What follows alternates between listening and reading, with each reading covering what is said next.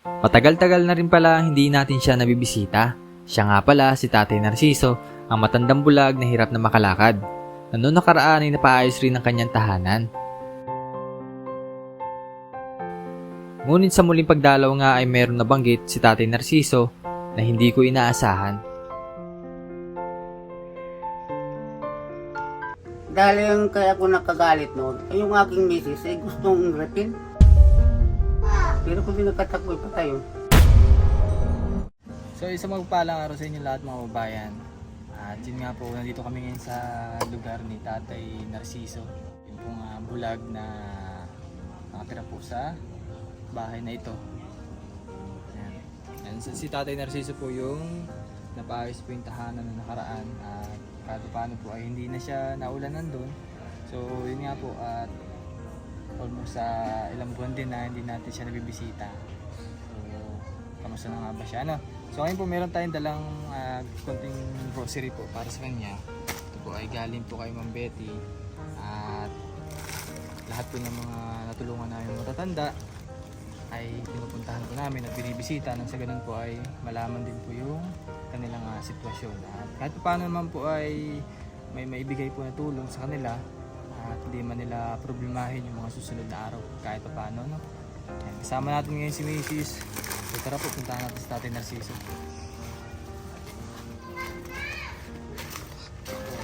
Talagang kulay na kulay yung bahay ni Tatay, no? So makikita natin sa paligid. Yung bahay lang ni Tatay yung may pintura.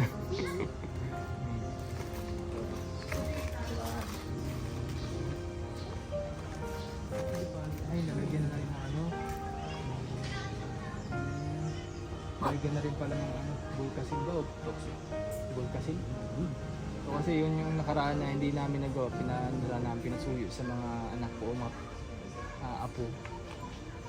Kahit paano po malagyan din ba yung mga butas-butas po dun sa bubong ni Tatay na sa ganun hindi po maulanan o mabasa.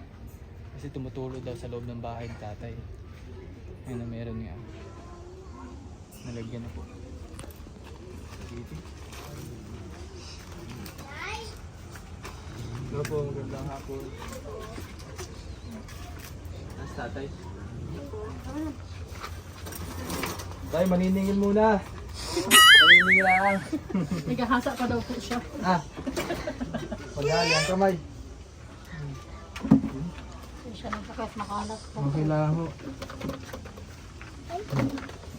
Ayan si Tatay. Kamusta ho, Tay? Ay, yung iba rin na. Ha? Yung iba din. Hindi maalisin yung pangingiman ng mga binti kong masasakit. Nasakit pa din. Laging mabigat ang aking talampakan. Kala mo lagi may suot na buta. Ano bang pina-check up sa'yo nakaraan? Doon lang nung tayo nun. Ano nga napa-check up sa'yo? Anong tawag doon ay? Ang wala lang yung gamot na yung ano yun. Hindi ba makatulog doon? Yung pampatulog. Ayo kasi yung At saka yung anong tawag ito ay yung binili ng gamot na ano yun, yung gamot yata sa mga ugat. Ay, kamusta po kayo ngayon? Ay, May inainom pa kayong gamot? ay wala na, matagal na. Naubos na ho. Hmm. Kasi parang ilang buwan din na kami hindi nakakapunta, ano? Oh. Pero ngayon po ang problema po yan, yung papo ninyo. Oh, ito dumalas ang himay na Himay. masakit. Mm. Pag natagal ako baga ng tumayo ng ganyan. Mm. O timot na kilig ko, sakit. Mm. Yan, pagka ito para bagang natigas na parang laging Oo. napapagayon ako, naluwag. Siguro po kailangan din na i-massage. Ano po? Para yung pinakaugat niya, baga. Maalis lang siguro itong aking nagangimay na ari na ako nahirapang lumakad, na tumayo. Ay palagay ko ay kung maliwanag mata ko mabilis pa ako tumakbo. Ay patay ngayon na yung aking bunsong kapatid ay patay na raw ngayon. Nabalitaan niyo po? Ngayon lang nag-text. Yung kapatid kong pinakang sumunod sa akin.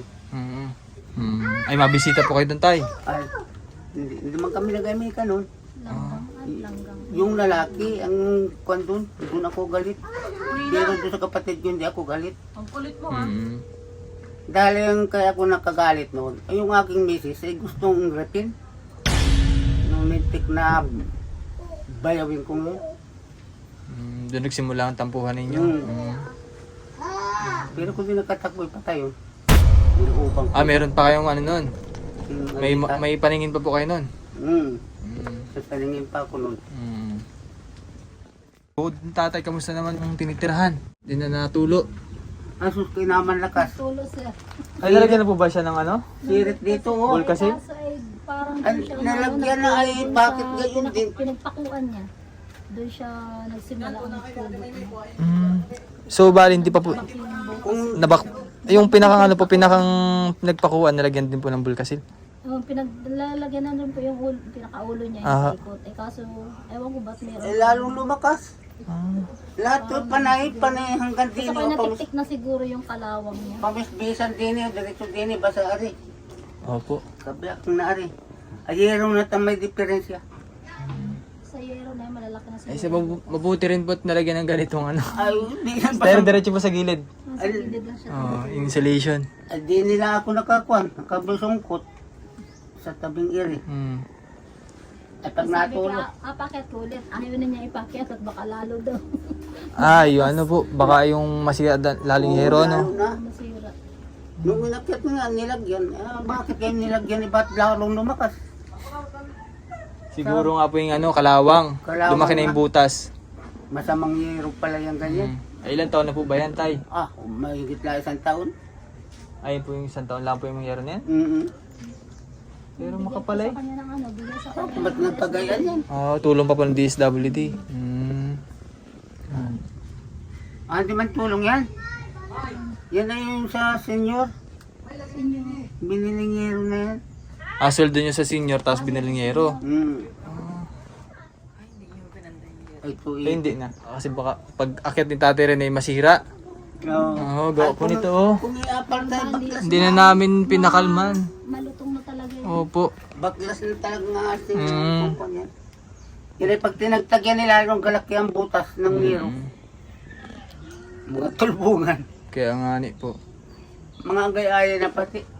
Kaya nilagyan na lang namin yung pinakandingding mo. Sa sunod na lang ang mapaayos mo. Baka pag may pagkakataon po, mapaayos din po yung inyong hero, no? Salamat kung malungkot. Opo. Ayan tatay, meron kami dala ngayon, oh, pang merenda mo. Ay, salamat Mm. sa inyo. Ito at ano, si nanay na pong bahala dyan, si anak niyo po. Yan oh. Ba't ko nga pala napano kay tatay, hindi nga pala nakikita iri. Kaya na pong bahala, ay si ate po. Kaya na pong bahala dyan sa tulong po para kay tatay. Nag-merenda ba kay tay?